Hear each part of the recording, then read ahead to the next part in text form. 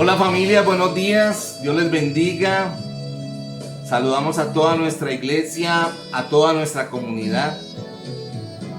Que nuestro Dios siga en medio de nosotros este día a día, que podamos seguir disfrutando de su presencia, de su amor, de su misericordia, de su bondad.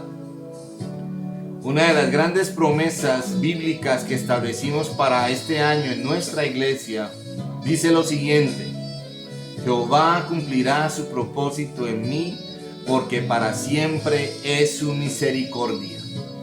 Esa es la mayor motivación que tenemos para seguir perseverando en este clamor, en esta campaña de 40 días de oración, clamor por nuestra tierra. Y seguir día a día, juntos, caminando con Jesús, motivados por su gracia, su amor y su bondad. Día 29. De los que menos se espera. De los que menos se espera.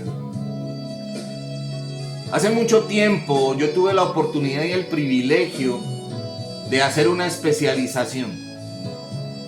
Y bueno, llegó el momento de la graduación y para graduarse había que cumplir unos requisitos. Y para cumplir esos requisitos implicaba pues pagar un dinero bastante considerable. Yo no los tenía. Bueno, orando a Dios, buscando alternativas para poder cumplir y poder graduarme. En una de las reuniones de nuestra organización, estábamos ahí en pleno y yo aproveché la oportunidad para hacer una solicitud formal y pedir un préstamo.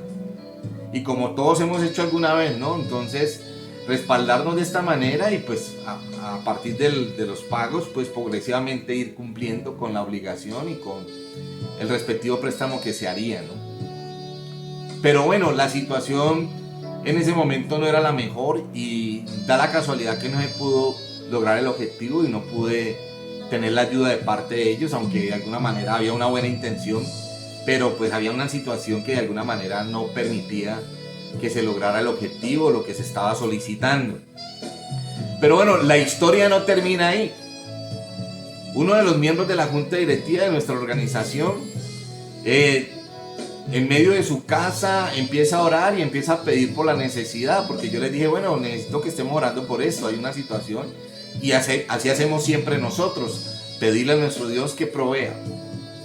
En medio de la oración, su hijo que tenía 16 años se involucra en la oración y cuando termina la oración le dice a la mamá, cuéntame qué es lo que está pasando, cómo podemos ayudar. La gran sorpresa es que este jovencito de 16 años tenía unos ahorros.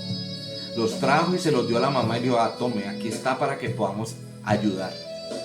Y bueno, de esa manera Dios me dio la bendición de poder terminar mis estudios y con el tiempo rápidamente yo poder cumplir con respecto al compromiso que se adquirió. ¿Cuál es la enseñanza y la sorpresa de esta reflexión? De los que menos se espera uno. Dios toca los corazones de muchos que menos esperamos y nos sorprende. De eso se trata la historia de esta mañana. Lucas 11:32 dice lo siguiente, escúchenme. También los de Nínive se levantarán en el día del juicio, cuando se juzgue a la gente de este tiempo y la condenarán. Porque los de Nínive se volvieron a Dios cuando oyeron el mensaje de Jonás. Y los que hay aquí son mayores que Jonás. Son mayores que Jonás. Los más fieles seguidores y las más seguidoras de Jesús procedían de las religiones y sectores sociales menos esperados. Se esperaba, por ejemplo, que el pueblo de Israel y en especial sus maestros religiosos acogieran a Jesús y celebraran su llegada, pero no fue así. Se suponía también que las personas especializadas en el estudio de las Sagradas Escrituras interpretarían las profecías y comprenderían que Jesús era el Mesías anunciado, pero no fue así. A Jesús lo recibieron los publicanos rechazados, los pobres desplazados, los pecadores excluidos y muchos extranjeros marginados, las mujeres, los niños y las niñas, los enfermos, las viudas y los samaritanos, entre otros. Fue el público preferido por Jesús y el que mejor comprendió y aceptó el mensaje de Jesús. En esto había poca y ninguna diferencia con la historia del pasado, porque sucedió lo mismo en la época de Jonás. Cuando el profeta predicó a los habitantes de Nínive, estos se arrepintieron y eran ninivitas, es decir, un pueblo diferente o totalmente aislado de las fronteras del pueblo escogido. Además de ser un pueblo enemigo de Israel, era la capital del imperio asirio.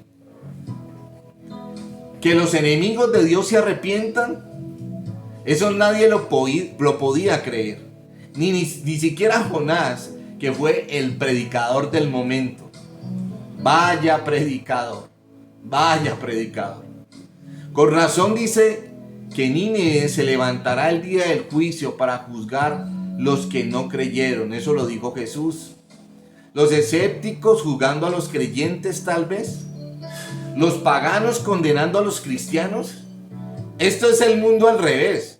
Los últimos pasarán a ser los primeros y los primeros quedarán atrás, muy atrás, viviendo en sus falsas ilusiones de virtud tal vez. Hay que aprender a desconfiar de los religiosos, de los que aparentan santidad, de los que hacen alarde de ser tal vez los escogidos o de pronto los exclusivos. Es hora de mirar hacia los márgenes, donde están los que no han sido. ¿No encontramos allí muchas veces los mejores ejemplos de la fe verdadera? Tal vez, tal vez. Una frase para seguir pensando. ¿A qué persona no invitaría a mi mesa?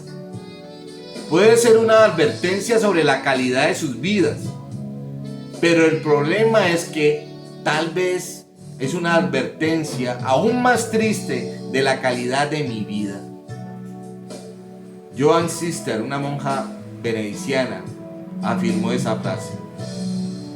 Vale la pena preguntarnos hasta qué punto personas que han estado alrededor de nosotros nos han sorprendido y nos han mostrado un gesto de bondad y de generosidad más que nosotros que vivimos tal vez en medio de la iglesia. Para aquellos que tal vez hoy se sorprenden de personas que buscan de Dios de corazón y que nunca han abierto su corazón y su mente, hoy es el momento para que ustedes sorprendan a Dios y a toda nuestra humanidad, respondiendo a la misericordia de Dios.